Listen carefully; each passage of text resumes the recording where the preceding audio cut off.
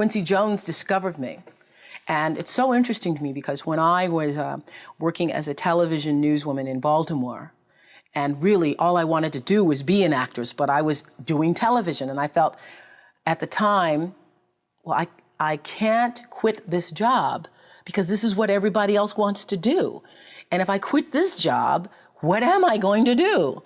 And I was going to a speech coach at the time that the station had sent me to. The broadcasting school, they sent everybody to the same woman. And I was telling her, I really don't want to do this. What I really want to do is act. And she says, my dear, you don't want to act, because if you wanted to act, you'd be doing it. What you want to be, my dear, is a star. Because if you wanted to act, you'd be waiting tables in New York. And I thought, now why am I going to wait tables if I'm already working in TV? So I said, well, what I think is going to happen is I will be discovered, because I want it so badly, somebody's going to have to discover me. And she said, you just dream. You dream, you're a dreamer. So when it happened, I called her up. I said, you will not believe this. I got discovered. And it really was a discovery. It's like one of those Lana Turner stories, only it wasn't a drugstore. He was in his hotel room, saw me on TV. It was unbelievable. So the interesting thing about that is that I truly believe that thoughts are the greatest vehicle to change power and success in the world. Everything begins with thoughts. I mean, the chairs that we're sitting in, the room that we're in, all started because somebody thought it. So I thought up The Color Purple for myself. I know this is going to sound strange to you. I read the book. I got so many copies of that book. I passed the book around to everybody I knew. If I was on the bus, I'd pass it out to people. And when I heard that there was going to be a movie, I started talking it up for myself. I didn't know Quincy Jones or Steven Spielberg or how on earth I would get in this movie. I'd never acted in my life, but I felt it so intensely that I had to be a part of that movie. I really do believe I created it for myself. I wanted it more than anything in the world and would have done anything to do it. Create the highest, grandest vision possible for your life, because you become what you believe. When I was a little girl, Mississippi, growing up on the farm, only buckwheat is a role model, watching my grandmother boil clothes in a big iron pot through the screen door because we didn't have a washing machine and made everything we had. I watched her and realized somehow inside myself and the spirit of myself that although this was segregated Mississippi and I was colored and female, that my life could be bigger, greater than what I saw. I remember being 4 or 5 years old. I certainly couldn't articulate it, but it was a feeling, and a feeling that I allowed myself to follow. I allowed myself to follow because if you were to ask me what is the secret to my success, it is because I understand that there is a power greater than myself that rules my life. And in life, if you can be still long enough in all of your endeavors, in the good times, the hard times, to connect yourself to the source. I call it God. You can call it whatever you want to, the force, nature, Allah, the power. If you can connect yourself to the source and allow the energy that it is your personality, your life force, to be connected to the greater force, anything is possible for you. I am proof of that. I think that my life, the fact that I was born where I was born and the time that I was and have been able to do what I've done, speaks to the possibility, not that I am special, but that it could be done.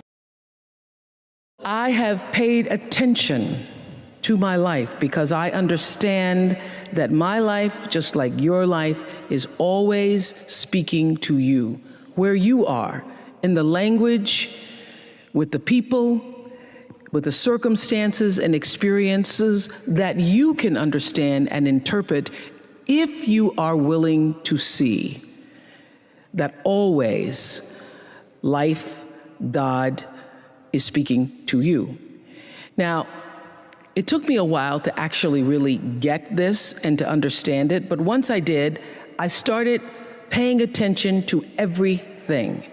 And one of the reasons why I can now accept the fact that I can offer my gatherings of information and wisdom and call myself a spiritual teacher is that every single person who ever came on my show, and I hear there's like 37,000 guests I've talked to, a lot of them came from dysfunction and a lot of them wouldn't appear to be teachers, but every one of them had something to say that was meaningful and valuable and that I could use to grow myself into the best of myself, which is what all of our jobs are. Your number one job is to become more of yourself and to grow yourself into the best of yourself.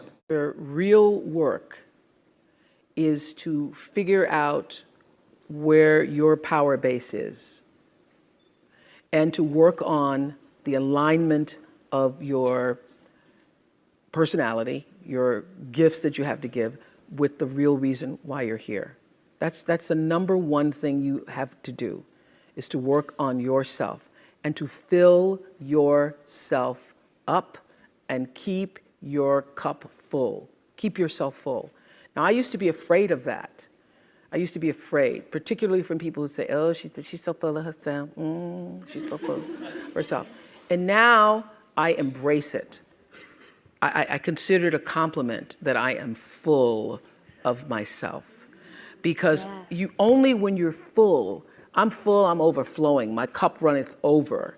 I have so much to offer and so much to give. And I am not afraid of honoring myself. You know, it's miraculous when you think about it. The thing that worked for me all these years, whether it was the magazine, or which I still have, or whether it was the show, I understood that there's a common denominator in the human experience.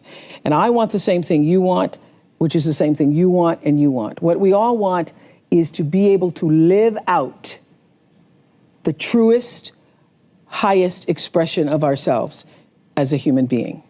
That doesn't end until you take your last breath. What is the truest, highest vision that you hold for yourself? No matter where you are in your life, there's always the next level. There's always the next level to the last breath. So I feel that I always knew that I would be done with the show when I felt like, oh, I've said as much as I could say here on this platform.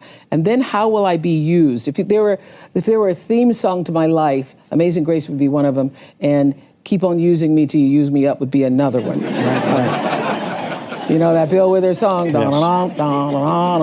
Yes. So I feel that until you have used your value as a human being, you're not done. And so the key, the secret, the magic is to surrender to God's dream for you. To quit fighting against and pushing against and disallowing against and resisting against and trying to tell the Creator, the universal forces, divine intelligence what you are supposed to do, and get still and know for sure what His dream, the dream, is for you. And so anything you hear about me that feels good, sounds good, you think about, I wonder what Oprah's doing, how's she doing? I am living the dream. And I want you to live the dream, because I'm not living the dream because I'm special. I'm living the dream because I was obedient to the call of the dream.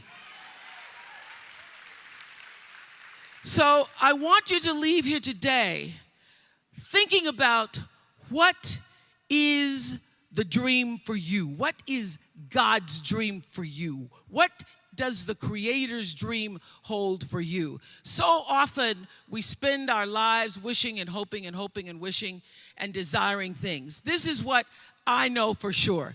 You don't get what you wish for. You don't even get what you hope for. You get what you believe. So what is it you believe and know to be God's dream for you? So I live in the dream. I'm living in the space of the dream. And dream's good, dream's good.